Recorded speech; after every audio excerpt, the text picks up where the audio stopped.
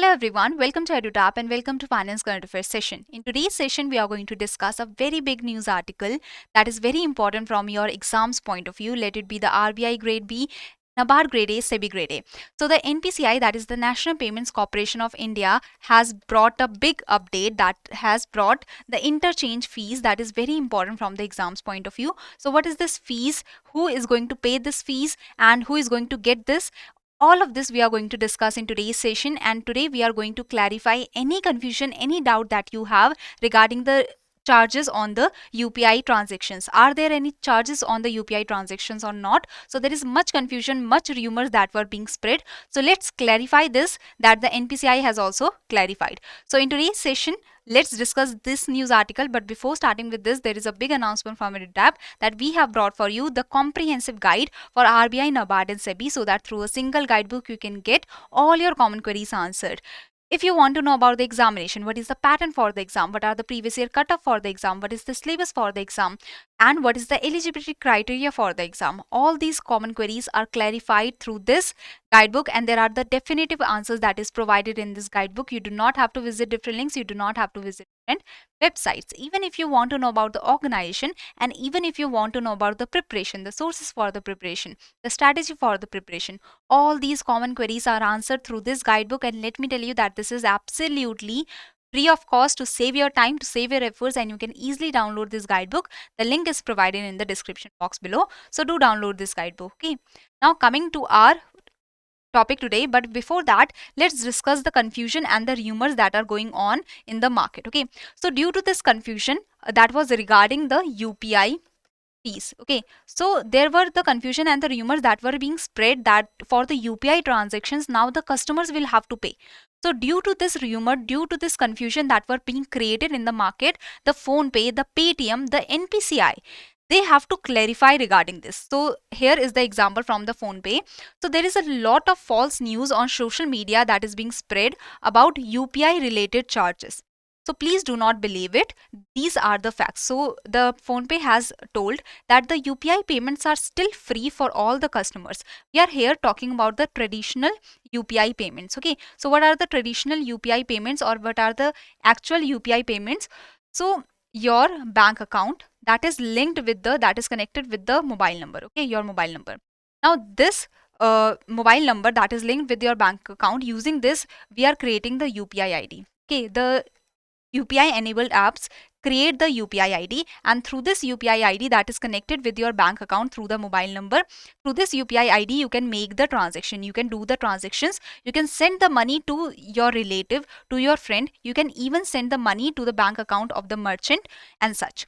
So you can understand that this is the UPI system that is being used traditionally. So you are using your bank account, you are connecting, you are linking this bank account with the mobile number, and through this you are creating a UPI ID through some UPI app, and through this UPI ID you do not have to put your bank details, you can directly use this UPI ID, you can directly put your UPI pin, and you can make the payments for the person to person money transfer from you are sending the money to the friend, to the relative, to the other bank account, or you can even make the merchant payments. So the UPI payments are still free of this kind. You will not be charged, the customers will not be charged of any person to person money transfer or any merchant payments. Merchants also will not be charged if the customer is paying through the any bank account using a UPI app that is using the UPI ID and the UPI pin. So I hope you have understood this confusion. The confusion is cleared that for this kind of UPI payment you will not have to pay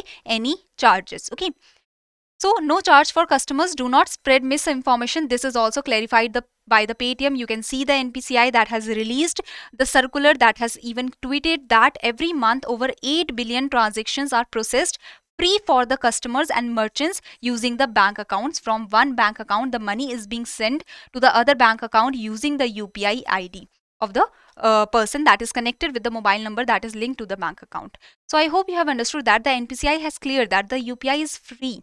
Okay, and in the recent times the UPI has created a foundation for the conversion of our cash economy to the digital economy. UPI has emerged as the preferred mode of digital payment by offering the free, fast, secure and seamless payment a seamless experience. So you can understand that the UPI has created a foundation for the digital payments, and the UPI is the one that is adopted not only by the educated people but by the street vendors also, by the local people, by the rural people also.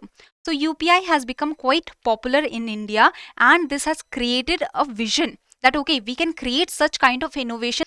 Traditionally, the most preferred method of UPI transaction is linking the bank account in any UPI enabled app. So what is happening that the bank account is being linked with the UPI ID through the mobile number. The UPI ID is being created. So this is linked to the bank account, and through the UPI ID, you can transfer the money from your bank account to any other bank account just using the UPI ID and the UPI pin. Okay, so this is how the traditionally the UPI payments are being made.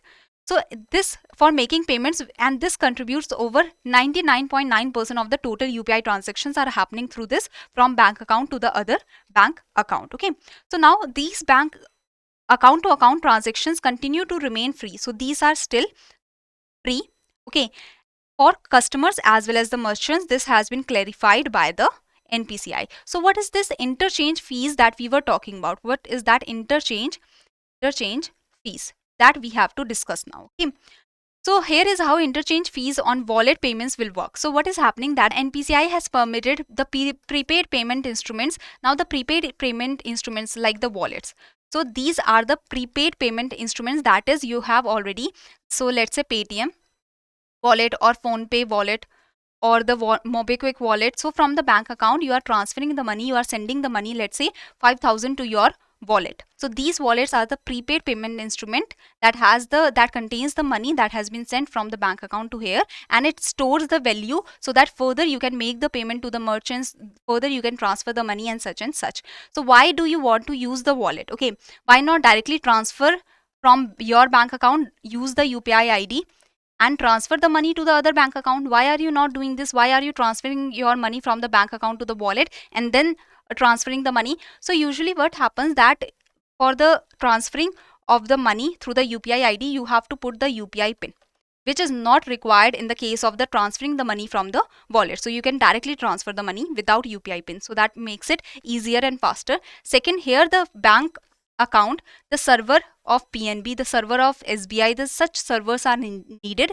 And when you are making the payment, so if the bank server is down, if your bank server is down, sometimes what happen that the transaction can get cancelled. So for the wallet, the money is stored in the wallet, the value is stored in the wallet, and so there is no bank server that is allowed once your money is being stored in the wallet, and directly you can send the money from your wallet to the bank account or such. So I hope you understand that here in the wallet there is no server of the bank account that is needed because the money has already gotten in your wallet.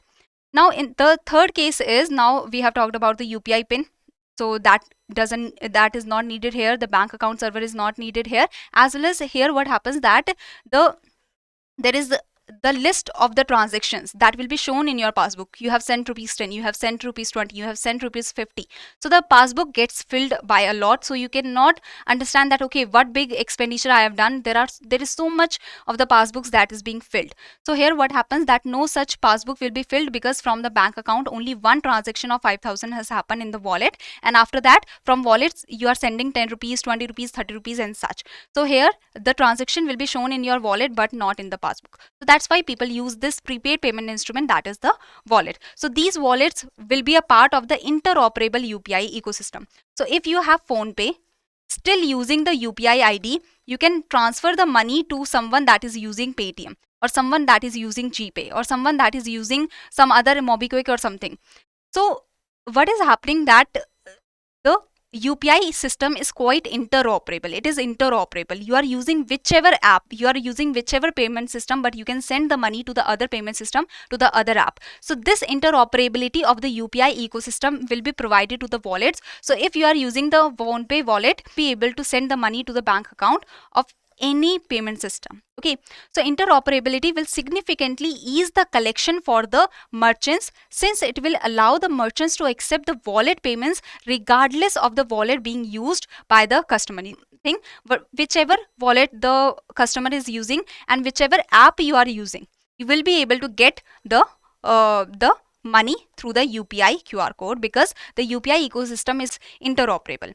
So the interchange fees is for this kind of service, we can say. So the interchange charges introduced are only applicable for the PPI, for the prepaid payment instrument. That is, if the customer is sending the money from the wallets of above 2000 rupees, to the merchant. Okay, so the customer through the wallet, through the Paytm wallet, through the PhonePe wallet, is sending the money of above 2000 to the merchant. Then the merchant will have to pay a fee, that is the interchange charge, that I hope now you have understood. So the customer will not have to pay the fee. It is actually the merchant that will have to pay the fee to the PPI issuer, that means who has issued this Paytm wallet. The Paytm has issued, the Paytm company or the One Communication has issued this Paytm wallet, let's say. So this company will be getting the fee that will be given by the merchant through this company. So we will in the coming slide also we will understand this process, but I hope you have got the brief idea that the interchange fees introduced are only applicable for the PPI merchant transactions, and there is no charge to the customers. And it is further clarified that there are no charges for the bank account to bank account transaction that happen through the UPI ID and the UPI PIN. So for the traditional UPI payments, there will be no charge that will be levied. But if through the wallets you are transferring the money to the merchant, not to the person but to the merchant, if you are transferring the money using the UPI system, using the UPI QR code or something, then you will have to pay the charge. Okay. So the prepaid payment instrument, I hope you understand this, that it is such kind of instrument where the value is stored. So in the wallets, you are storing the value from bank account. You are getting the value of 5000 in this wallet or 10,000 in this wallet. So you are storing the value in this wallet, and after this you are using this value for the goods and services transaction and such and such. So if you are sending your money from one person to another person, so you are the person and you want to send the money to the relative or to the friend, then this kind of charge, interchange fees will not be applied. Okay, but if you are sending the money, you are the customer and you are sending the money to the merchant of above 2000, then this charge will be levied. Okay, so this has been said by the NPCI. So let's see that. So the NPCI recently announced that from 1st April 2023, an interchange fees of up to 1.1%, so that is the maximum, up to 1.1% on the merchant unified payment interface for the payments that is made through the wallets, that is made through the prepaid payment instrument, will be levied. So the interchange fees is up to, the maximum is up to 1.1%. So, and this is for payments greater than rupees 2000 that the merchants will have to pay, on which the merchant will have to pay up to 1.1% fees to the wallet issuer. So what is happening, that the customer is sending, let's say 3000. Okay, so above 2000, greater than 2000, so the customer is sending rupees 3000 to the merchant. Now the merchant have to pay the fees of 1.1%. Now the customer is sending this money through the Paytm wallet. Okay, so now the merchant, if the wallet is being used for the payment of rupees 2000, above rupees 2000, then the merchant will have to pay this charge, up to this charge, and this charge will be paid to the Paytm that is issuing that wallet. Okay, so that is the wallet issuer. So I hope you have got the brief idea. The platforms that are accepting, so the merchants that are accepting the prepaid instruments like the wallets and the gift cards will have to pay the fees up to 1.1% on the transactions of above rupees 2000. That is the money that they are getting of above rupees 2000. However, according to reports, the fee is 0.5% for certain merchant categories. So here you can see the merchant categories for the fuel, the fees for the fuel. So if you are the customer, you are buying fuel of rupees 3000 and you are using the Paytm wallet to pay to the merchant, to the fuel, to the petrol, we can say for the petrol. If you are using this Paytm wallet to pay, so the merchant will only have to pay the 0.5% fees to this Paytm company. Okay. For the agricultural related transactions, we can say the fees is 0.7%. For the fuel, the fees is 0.5%. Okay. NPCI also said that the PPI issuer shall pay 15 basis point as a wallet. So that is 0.15% will have to be paid by the Paytm to the bank account if the loading facility is being accepted. So if I am the customer and I am using the Axis Bank, okay, so I have the account in Axis Bank and I want to load money of 5,000. I want to load in my Paytm wallet. So now this Paytm company, that is One Communications, let's say, have to pay 0.1 percentage, 15% of this 5,000 to the Axis Bank. So NPCI said that the PPI issuer, that is issuing the wallet, let's say PhonePe is issuing the PhonePe wallet, Paytm is issuing the Paytm wallet, shall pay 0.15 percentage, that is 15 basis point as a wallet loading service charge to the account holder's bank. So the bank will be getting this charge when the loading facility is being taken by the customer for loading the wallet. Okay, for loading transaction value greater than rupees 2,000. Here also the value should be greater than 2,000 for paying this much charge by the company. It can be the Paytm, PhonePe to the bank. The interchange pricing will be reviewed. So it will start from April 1st, 2023 and then it will be reviewed by the NPCI by September 30, 2023. So this is regarding the NPCI. I hope you have the brief idea about NPCI. So it was incorporated in 2008 as an umbrella organization. So it looks after the operating of the retail payments and the settlement system in India. It is the mother of many innovations. Okay, the UPI was developed by this NPCI, as well as the Bharat Bill Pay system, the FASTag. Such great initiatives were taken by the NPCI, and NPCI is focused on bringing innovations in the retail payment system. So you must know about the NPCI, and the NPCI is the one that has brought this decision. So this is the first question that I hope you will be able to easily answer, as well as what is the what should be the payment. It should be greater than 2,000, then only the PPI issuer will have to pay to the bank. Okay, so here you have to tell that how much the PPI issuer will have to pay. So this is the second question. Again, I hope you will be easily able to answer this question. You have to tell the incorrect statement here.